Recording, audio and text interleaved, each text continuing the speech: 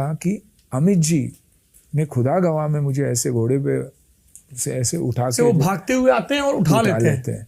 तो बोले उन्होंने तब मुझे ऐसे उठाया था, उससे बड़ा रवि एक काम करो, मुझे उठवा लो और जाके फेंक लेने दो, तो लोग क्या कहेंगे, बलवान डैनी साहब को उठाया। तो देखिए ये एक प्रेजेंटेशन का तरीका है, और डैनी साहब ने कहा इसे एक हीरो की तरह प्रेजेंट कीजिए, और वैसे ही इमेज बना।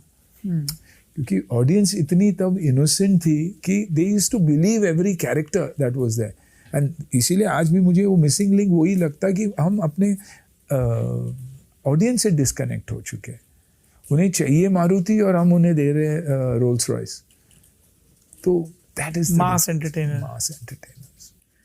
एंटरटेनर से याद आया, एक बड़ा आपके फैंस के बीच में मुकाबला चलता है कि सुनील शेट्टी की सबसे बड़ी फिल्म कौन सी है।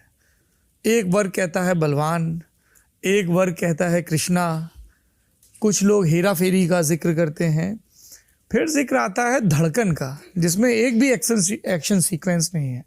मीम बनाने वाले भी बहुत पूछते हैं सवाल, और एक सवाल तो आज तक पूछा जाता है कि देव रातों रात अमीर कैसे हो गया।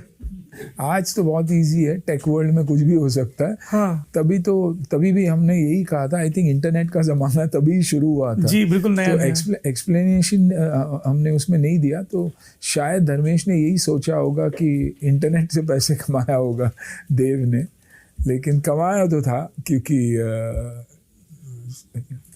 अंजलि को हाथ चुका था और उसे लग रहा था कि अमीर बन जाऊं तो अंजलि वापस आ जाएगी, लेकिन अंजलि कहीं ना कहीं अक्षय के साथ सेटल हो चुकी थी।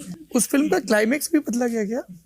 क्लाइमैक्स इनिशियली जो कहा गया था कि ये था कि देयर वाज, मेरा डेथ सीक्वेंस डेफिनेटली था, फिर लगा कि एंड में no, we need to make it a happier situation सभी के लिए, और इसलिए वो